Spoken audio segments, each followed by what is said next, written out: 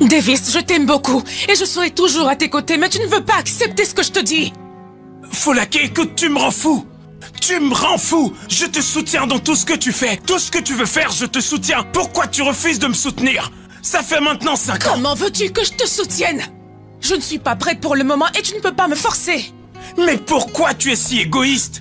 Pourquoi tu es si égoïste? Pourquoi? Je suis le seul fils, j'ai besoin d'un enfant qui va porter mon nom. Si tu ne pouvais pas concevoir, je pouvais le comprendre. Tu vas cliniquement et physiquement bien pour pouvoir porter un enfant jusqu'à terme. Pourquoi tu me fais ça? Pourquoi tu prends des contraceptifs? Je ne t'ai rien fait du tout. Je ne suis pas prête à devenir mère. Pourquoi tu en fais un tas? Les gens attendent le mariage avant de faire des enfants. Mais ça fait 5 bonnes années. 5 ans que ça dure, tu me comprends? Pourquoi? Est-ce à dire que tu ne m'aimes pas pour ne pas porter mon enfant? Voilà, tout doit tourner autour de toi. C'est toujours toi.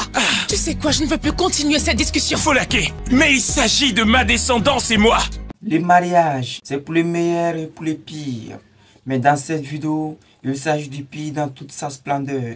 Folake, après 5 ans de mariage avec Davis, refuse toujours d'enfanter, bien qu'elle soit physiquement et cliniquement à mesure de le faire. Et cette décision incomprise par les membres de la famille de Davis sera la cause de conflits inimaginables.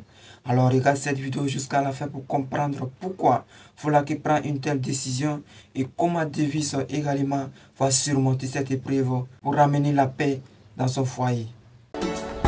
Elle est où cette sorcière? Bonsoir, grande sœur. Et toi, j'ai pas besoin que tu me salues, ok? Folake, tu es encore ici? C'est à toi que je parle, tu es encore ici? Tu vas quitter cette maison aujourd'hui. Tu as envoûté mon frère et tu refuses de lui faire des enfants. Va dans ta chambre, ramasse tes affaires et sors de cette maison. Sinon, c'est moi qui vais t'aider à le faire. C'est quoi ton problème? Non, dis-moi, c'est quoi ton problème? Tu as l'audace de débarquer chez moi pour m'insulter? Suis-je ta camarade? On t'a pas appris à respecter les gens chez toi? Qu'est-ce qu'une fille comme toi peut me faire? Pour qui tu te prends, hein? Laisse mon frère tranquille. Puisque tu refuses de lui donner des enfants. Laisse-le se trouver une femme qui pourra lui donner des enfants. Est-ce que c'est trop te demander? Tu veux que le nom de notre famille s'éteigne? Non. Tu sais quoi? Je vais boire de l'eau. C'est à toi que je parle. Ça va pas chez toi ou quoi? Hé, grande sœur. Hé, tu m'agaces, toi. T'es sérieuse là? Essaie encore une fois de me toucher. Ose encore m'insulter et tu verras que je vais te casser la gueule. Tu te permets de quitter chez toi pour venir m'insulter chez moi? Je suis ton amie, ça ne va pas chez toi? Qu'est-ce que tu peux faire? Qu'est-ce que tu penses pouvoir faire? Ok. Tu es vraiment méchante. Tu es plus que méchante. Libère mon frère. Libère-le de cette servitude afin qu'il voie plus clair. Oh, tu n'es qu'un démon. Mais attends, pourquoi c'est si difficile de respecter l'opinion des autres? Si jamais je porte cet enfant et que je meurs, pourras-tu me ressusciter? Si tu veux que ton frère ait un enfant, trouve-lui une autre femme. Vraiment? Oui, trouve-lui une autre femme. Je ne suis pas prête à faire un enfant. Vraiment? Oui. Tout ce cirque, tout ce drame que tu es en train de créer ne me fera pas changer d'avis. Ah. Amanda, fais sortir ta sœur de ma maison. Amanda, tu n'as rien à dire. Il s'agit de notre seul frère. Qu'est-ce que tu veux que je dise? Davis en vérité voulait un enfant.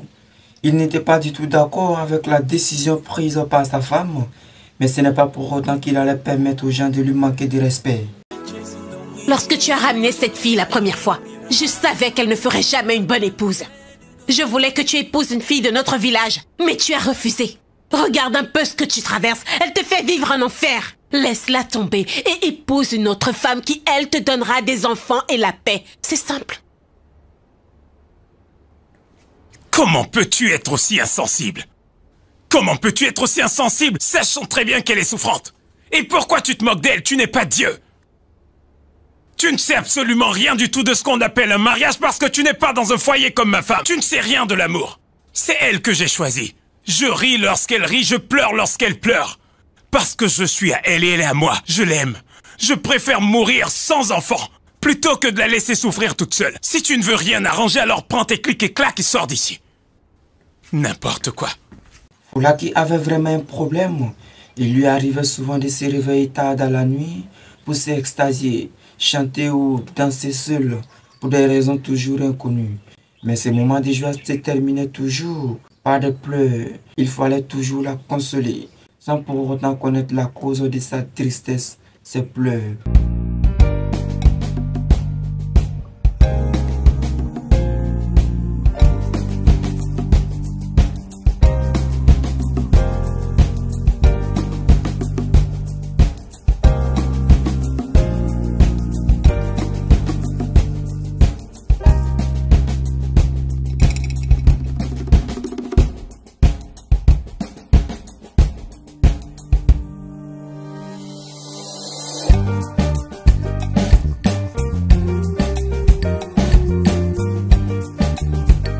pendant la présence des invités, cette jeune dame pouvait se tenir d'une quelconque discussion pour agresser verbalement qui que ce soit, ou casser tout autour d'elle sans raison concrètement valable. C'est une affaire d'homme, Nous d'accord? sommes des femmes aussi intelligentes que vous. Exactement. On le sait bien, pas de Ce souci. n'est pas un souci, vous savez. C'est un marché de 100 millions de naira.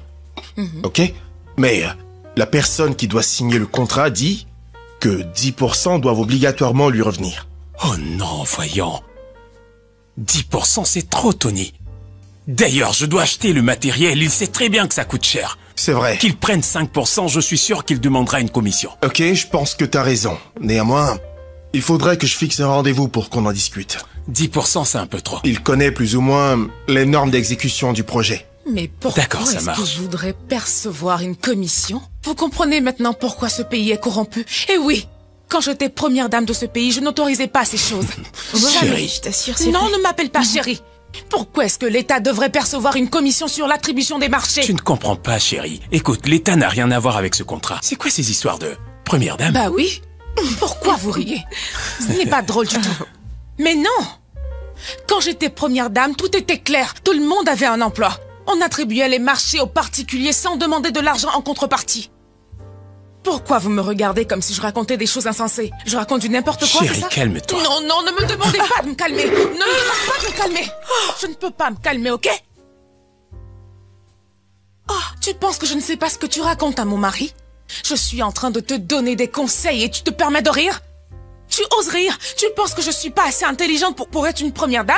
Alors, pour ton information, j'ai été première dame pendant 8 ans. 8 bonnes années. Est-ce que tu m'entends?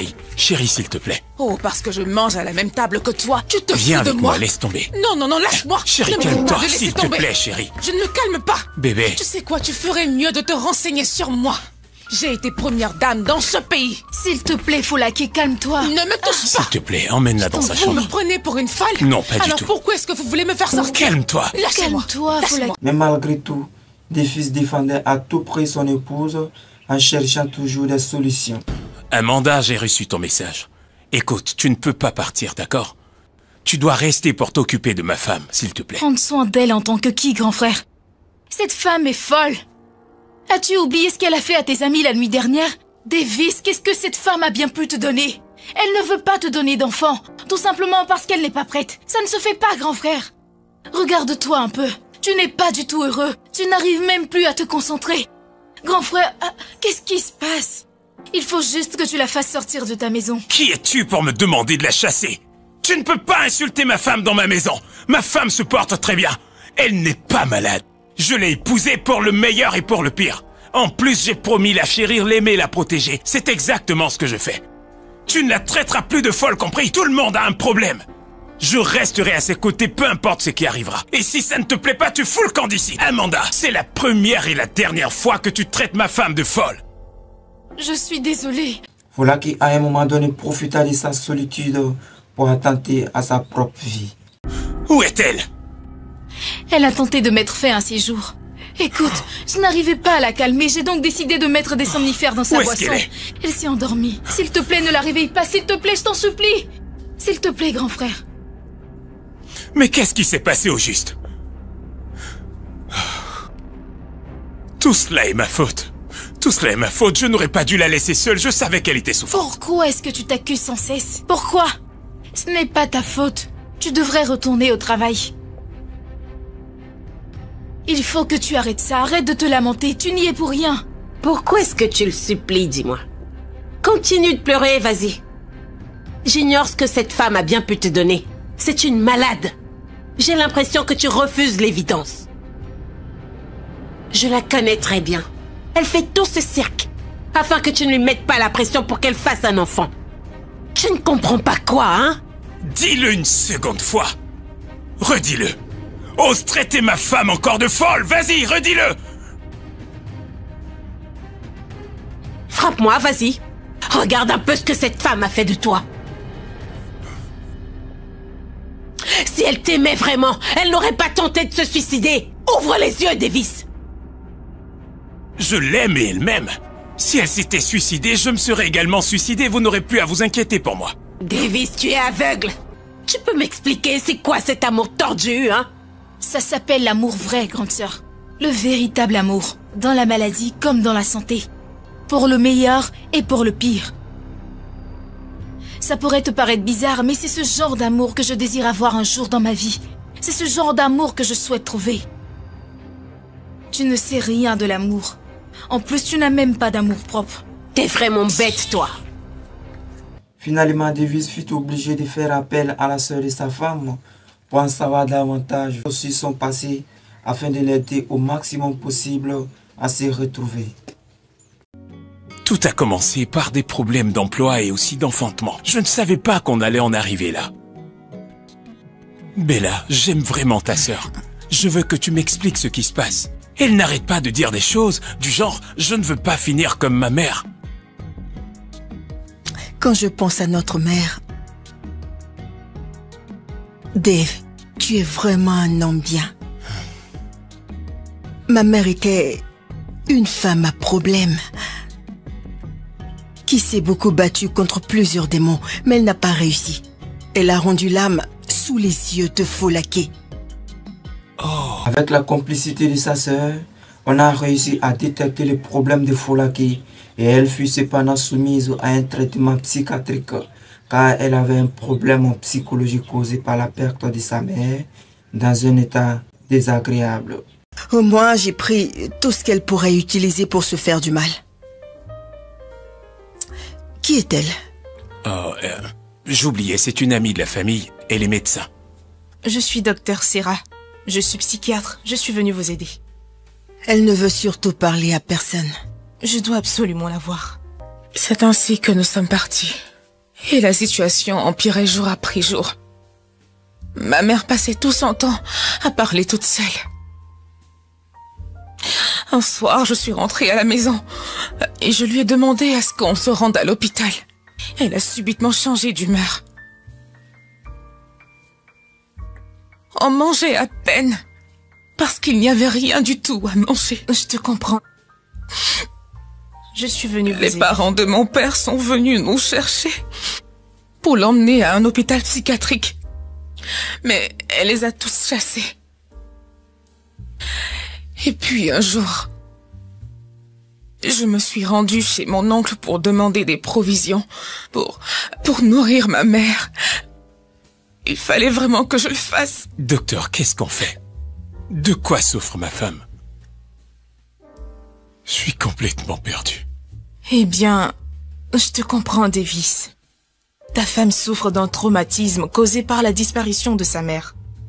Tu comprends un peu la douleur que la mort d'un être cher peut causer. Cette disparition l'affecte émotionnellement et surtout psychologiquement. Ta femme a vraiment besoin d'assistance et d'un traitement rigoureux pour surmonter cette épreuve pénible qu'elle traverse actuellement. Et il se pourrait qu'elle souffre également d'une maladie héréditaire, c'est-à-dire une maladie qui lui a été transmise par les parents, surtout par sa mère. Alors, comme je le disais tantôt, ta femme a besoin d'une assistance médicale et d'un traitement rigoureux. D'accord? Nous devons faire en sorte qu'elle ne subisse pas le même sort que sa mère. Folake a plusieurs fois essayé de se suicider parce qu'elle n'arrive pas à oublier. Elle n'arrive pas à oublier les conditions dans lesquelles sa mère est décédée. Et ce qui a encore aggravé la situation, c'est qu'elle a été licenciée. Un autre choc qui s'ajoute. Mais ne vous inquiétez pas, j'ai foi qu'elle se remettra. Même si cela doit prendre assez de temps. Davis, tu dois être auprès d'elle pratiquement tout le temps.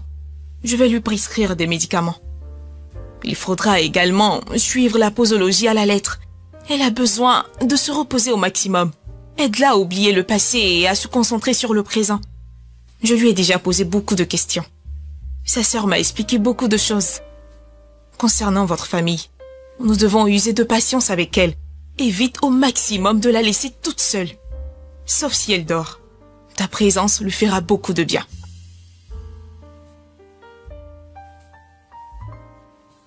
Il faut qu'elle soit là. Alors Davis, j'espère que tu as compris tout ce que je viens de te dire. Je compte vraiment sur toi pour que ta femme se rétablisse. Quelques mois après être soumise au traitement, Folake tombe enceinte. Alors, chérie, qu'attends-tu?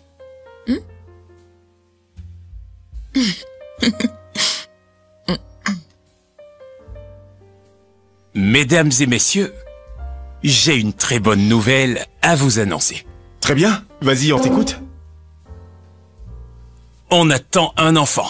Yeah! Waouh! Eh oui. C'est vrai? Eh oui, mon pote. Ah, félicitations, mon frère. Merci. C'est Merci beaucoup. Bravo. Merci bien. Merci, c'est gentil. Félicitations. Waouh. Merci beaucoup. Je suis vraiment Chérie, content pour vous. Félicitations à toi, mon Merci. amour. Félicitations, ma belle. Félicitations. J'aimerais savoir si la prise des médicaments pourrait affecter la grossesse. Je veux vraiment un enfant bien portant. Les médicaments que tu prends ne sont pas bons pour l'enfant, alors tu vas suspendre le traitement. Et ce jusqu'à ce que tu accouches. Mais comment je vais vivre sans les médicaments? Ça fait 3 mois que tu suis le traitement. Tu dois essayer de vivre sans prendre les médicaments. Il faut juste t'entretenir. Tu peux même faire du sport. Faut que tu commences une thérapie et il faut t'ouvrir à ton mari. Laisse-le savoir ce que tu ressens. Je suis à votre disposition. Merci, sœur. N'hésitez surtout pas à Prenez m'appeler. soin du bébé. Merci. Et félicitations à vous. Merci. Merci. Vous savez quoi? Tout ce que je désire, c'est de donner à cet homme, mon mari, l'amour de ma vie, un bébé. Oh, chérie, tu me fais pleurer. Tu me fais pleurer. Je t'aime, chérie. Je t'aime. Félicitations, mon frère. Je suis vraiment très content. Le mariage, c'est pour les meilleurs et pour les pires. Amadou Kone disait que le mariage est un pacte dans lequel chacun des deux conjoints s'engage à comprendre l'autre en toutes circonstances et à lui pardonner si possible. Le mariage, ce n'est pas seulement coïter. Oui, ça en fait partie, on sait. Mais c'est aussi être le soutien indispensable de l'autre en toutes circonstances.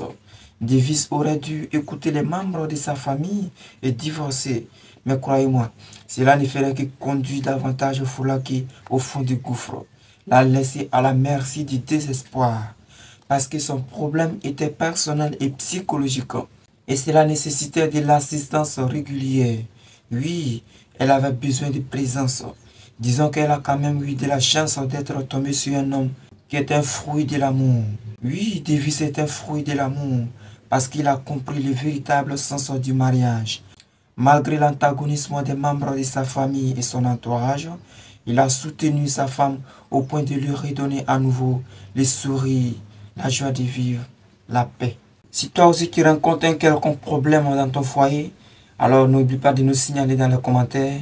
On pourrait pourquoi pas te faire une vidéo là-dessus. Mais surtout n'oublie pas de t'abonner.